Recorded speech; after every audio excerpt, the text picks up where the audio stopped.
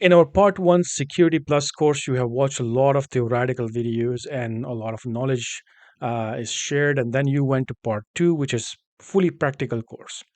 Now, even if you're doing something very practical, we really want to share our knowledge or cybersecurity professionals who are currently working in the field so then they can talk about what you are doing in these labs and how this is going to end up at your work. So there's a lot of things there are in IT when we do things. That's not like you just do a specific thing in the work. Everything is combined and complex. So somebody can break it down for you. That would be great, right? So if you go to a work and let's say you do some sort of vulnerability scanning, maybe another professional can talk about a little bit more that they know. So this is the trainer knowledge video share is about. In each video for cybersecurity courses that you're going through in these labs, so let's exercise one, exercise two, these are two videos, and then when you click on it you can actually come on the bottom and perform the same labs. But then on the bottom, this is going to be a 20 minutes 30 minutes long video where a cybersecurity professional will break down the same labs and just talk about different type of scenarios that will come or you will experience at work. These are not labs, this is all knowledge. This is pure golden knowledge that you're just going to know from somebody who have already worked in a cybersecurity or currently working with multiple companies. So that knowledge is golden because you're not going to get that from just labbing, just learning from videos. Somebody have to actually share that knowledge with you. So this is all about sharing knowledge. I want to point this that if a trainer is showing different type of labs here or different type of portals or tools or product, that doesn't mean you need to go and learn it right away because we have everything in sequence. This is all for you to know and understand that whatever you do hands-on in exercises, then somebody will explain it to you. How does it really work? How will you see this type of skills at work? That's not for you to go and start replicating things what this trainer is doing in the knowledge share video. It's all purely video based knowledge that somebody's giving it to you. So then when you go to the work, everything becomes more like it makes sense to you then. So now trainer will take over and go over the first two exercises that you have done, and he will basically break it down in his way to explain things that how these things can come at work. Thank In today's video, we are going to discuss about FIM file integrity module, FIM. Now, what is FIM? If you will open our practice lab, this is going to be part of our first exercise. Security concept. This is part of our first module, which is security concepts fundamentals. When you will be launching this lab, then it is going to be there. Now, if I tell you about like FIM, what is FIM and why do we have this module specifically in organizations where we work, basically it gives us idea about like what is happening in the environment. Let's say there's some files have been added, if there's an endpoints where the file has been added or there file has been deleted or any kind of modification has been done with the files. And also same goes for the server side, instances where our servers or assets where our servers are being deployed. Now what happens is like it helps us to identify if there is an issue, if there is any threat, if there is any sensitive data being modified, or if there is any sensitive data being destroyed, or files which are critical for the business purposes are being removed from the systems. What happens is like this helps us to find out issues. This helps us to find out issues related to the data loss, related to the malware detection. If there is any malware and we see that a file has been added, we can investigate that this is something which shouldn't be happening and we need to investigate it further. This helps us to keep a track, keep a record of what is actually being added into the systems, into the assets, into the endpoints, into the servers, and then we can investigate if there is any investigation required. Now if we scroll down from here, you will see there's a definition as well. File integrity module is integrity monitoring is a security practice that involves regularly checking and validating the integrity of files and system configuration. It is designed to detect unauthorized changes to critical and designated files, configurations, and directory. As I said, it helps us to identify, to investigate like which file has been removed, which file has been added, which file has been modified. Now, let's say that there is a malware that has been installed, or there is a firewall there is a file that contains malware and has been added into our system. Now, in those cases, when those files are going to be added in our system, this module is going to help us to identify, okay, this is something that has been added into our environment. This is something that has been added into the system. What do you need to do? What do you want to do with this file? I have got the hash. I have got the I have got the hash which belongs to this specific file, or I have got the details about this specific file. Now, what do you want to do? This module, this file integrity monitoring module, is going to help us to make sure that we have those policy, make sure that we have those protocols to investigate these kind of things and to work on these kind of issues if those files contains any malware or are malicious in any way.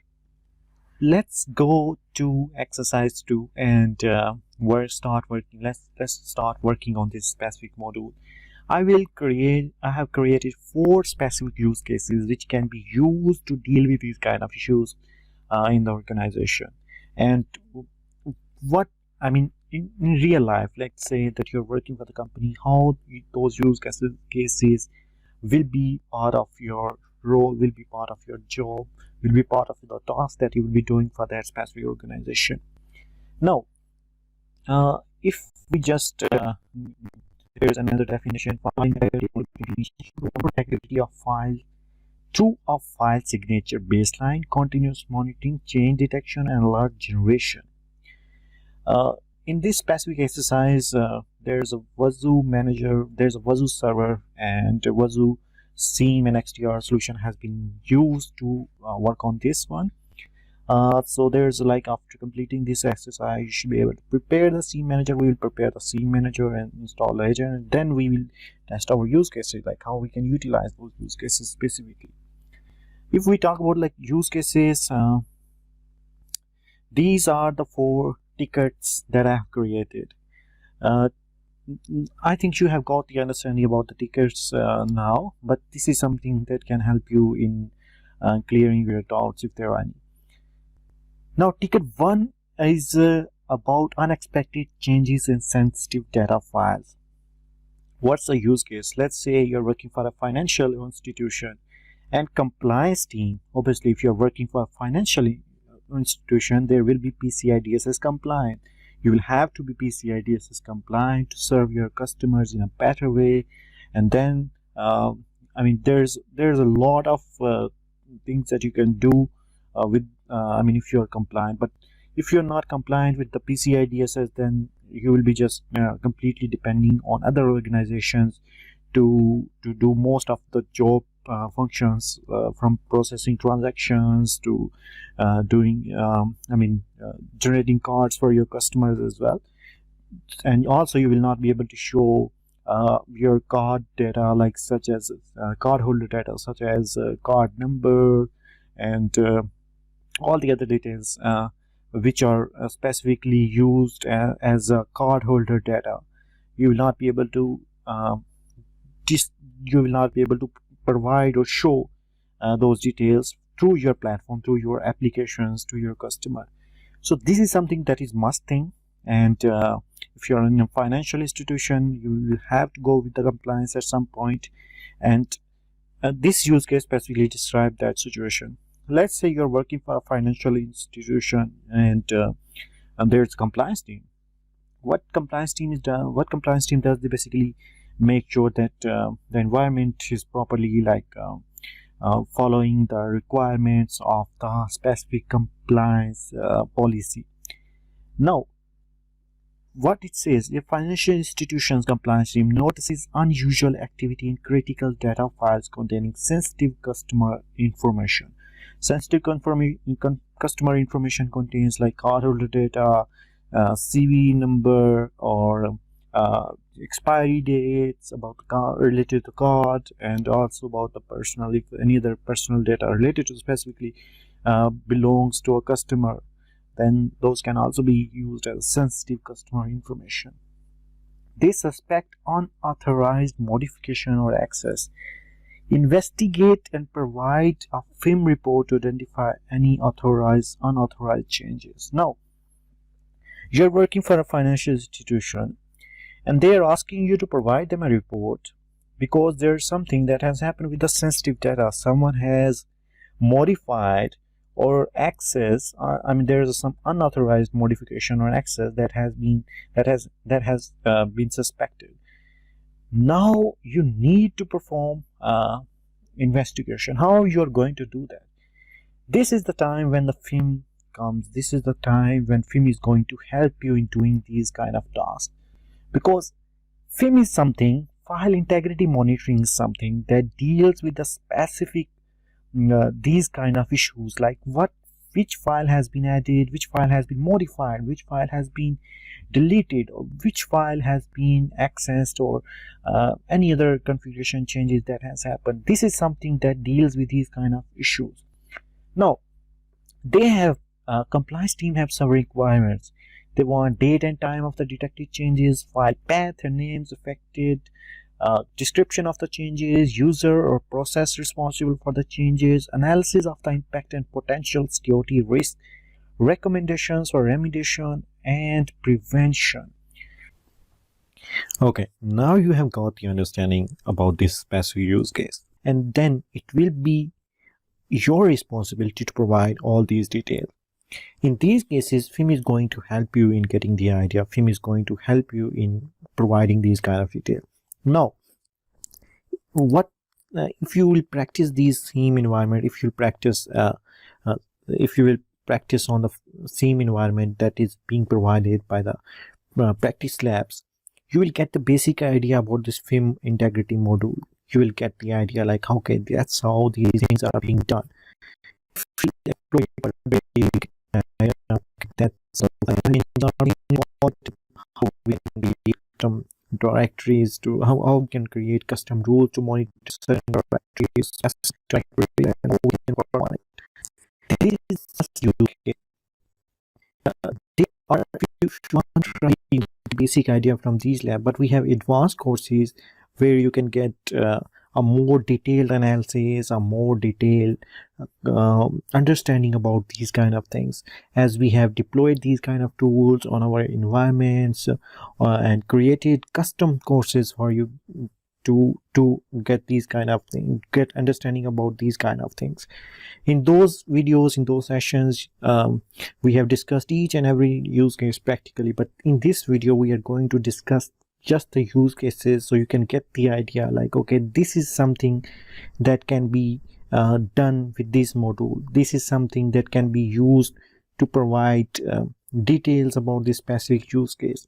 So that's how you will be getting the idea about the ticketing system related to this FIM integrity module, sorry, file integrity module. This was the first use case, unexpected changes in sensitive data files. FIM is going to help you in getting the records about when the changes were done, when the changes were being made, date and time of the detected changes, file paths and names affected, description of the changes, modification, deletions, creations, user or process responsible for the change. You will get the idea about these kind of things, analysis of the impact and potential security risks. Obviously, you will be analyzing the risk based on the potential, based on the file changes, based on the folders or the data that has been stored on those folders or files. Then recommendations for remediation and prevention. Obviously, it depends on your environment. If it's a sensitive data, then you will be creating a list of the recommendation. That's how you can secure this kind of things. Then second thing, ticket suspicious modifications in system, configuration file. This is the second thing, and one of the most important things, suspicious modification in system configuration file. Let's say there is use let's say that I mean, if we just focus on this use case, an e-commerce company's operation team receives alert indicating modification to critical system configuration files on a production server. There's a production server, there's an application that has been part of the production environment. Configuration files has been changed. There's a modification that has been detected in the configuration file. These changes were not authorized and may pose a security risk to the infrastructure. Investigate and provide detailed FIM report to understand the scope of the incident. Now, this is a very real in case scenario.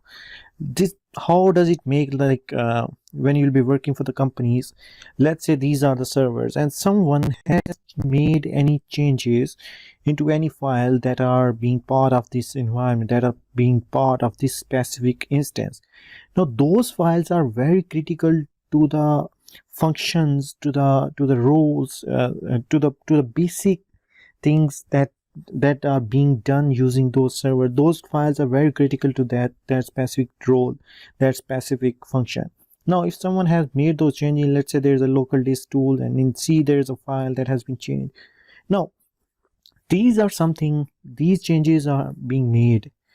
It can create so many issues if there is not proper workflow, if the proper workflow has not been followed or approval has not been taken, and these changes that has been made, these are not like properly recorded, then this can affect overall environment security overall. Obviously if there will be any issues in the configurations file, it can put your services down, it can cause service disruption, it can put your services down, and it can even cause issues in the services that you will be providing, obviously. Now in those cases, FIM is going to help you in collecting timestamps of the detected modifications, configuration file path name, affected contents of the file before and after the changes. It is going to record the file. How it is going to find out that these files have been changes and which changes have been made. It is going to compare both files, a file which has been changed, a first version of the file, an unchanged version, and the second version after the modification. It is going to compare both of those files details, and then it will find out, okay, this is something that has been changed, contents of the file before and after, this is something related to that.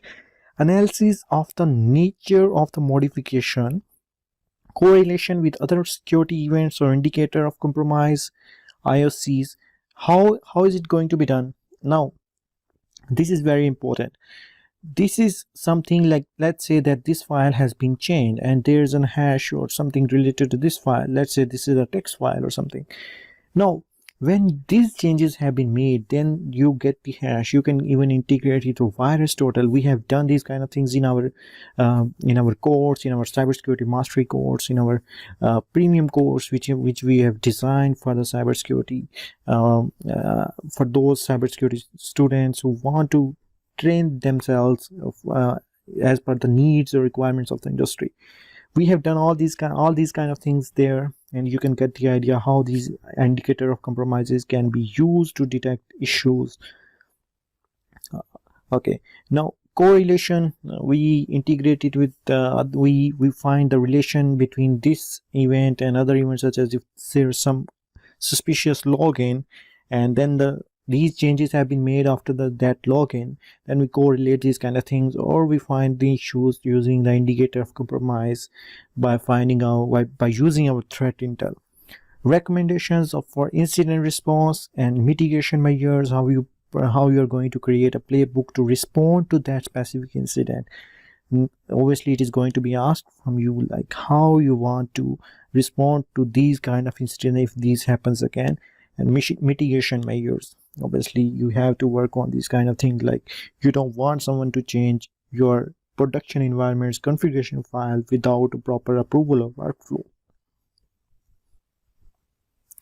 Now ticket 3 is about compliance reporting for PCI DSS requirement.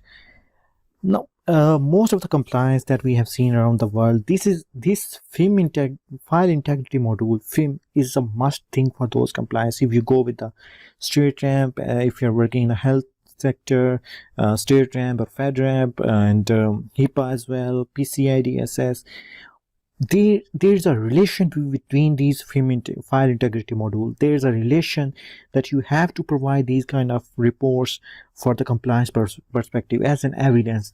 Now, a retail company must comply with the payment card industry data security standard to ensure the security of cardholder data. As part of the compliance process, the company's security team needs to generate file integrity monitoring reports to demonstrate adherence to specific PCI DSS requirement. Now, if they want to be compliant, their security team will have to generate these reports and then submit those reports as an evidence. Provide a detailed report, FIM report addressing the relevant compliance controls. Overview of PCI DSS requirement applicable to FIM. Requirement 11.5, documentation of FIM policies and procedures implement, what policies and procedures have been implemented, and also requirement you will have to visit, you will have to understand the PCI related requirement in this specific use case, and then understand what are the requirements of these specific use. Now, requirement 11.5 is basically PCI, or in this specific use case, PCI DSS, PCI payment card industry data security standard. What are they expecting from you? In 11.5, they clearly say that your organization must have some kind of policy through which they are going to detect changes and then also monitoring these kind of changes. So you have to provide them a proper evidence that we are working on these change detection thing. We understand how it works. We have created these policies and we are working on how we can detect changes and create incident response or any other mechanism that has been part of the organization's security policy or architecture. This is basic requirement defines, okay, you have to maintain these kind of things. Then documentation of FIM policy and procedure implemented, and evidence of regular integrity monitoring activity. In this one, you will have to schedule scans, real-time monitoring, how you want to do these kind of things, how you want to perform scans. Summary of FIM alerts and findings related to critical system files and directories, identification of unauthorized changes or access of cardholder data files. Analysis of any deviations from the established baseline configurations. You will have to define that this is the baseline criteria for the configuration file, and if there will be any changes or anything happen other than these changes, then it should be identified. Then identification of unauthorized, evidence of response and remediation action taken for detected incidents. What kind of action have you taken for the incident that has been happened? It can be an automated kind of like, let's say that you detect file changes and you scan that file against a malware scanner, against a malware database, and you find out this is something that's part of the malware database. Then what will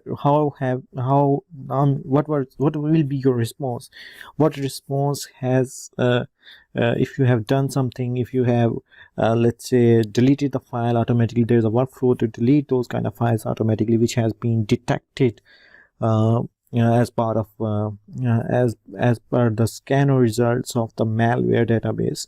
Then obviously those reports must need to be submitted that this is something that we have done. Validation of FIM effectiveness is maintaining the integrity and security of cardholder data. Recommendations for continuous improvement and alignment with PCI DSS requirement. Now, in this scenario, most of the companies around the world have to go under the compliance. There will always be some kind of compliance. In those cases, you will have to provide these kind of things. You will have to work on these kind of things. And in those use cases, you have to follow this file integrity monitoring. This is something that you can use. In this specific use case, Wazoo has been used, and Wazoo provides it's the configuration.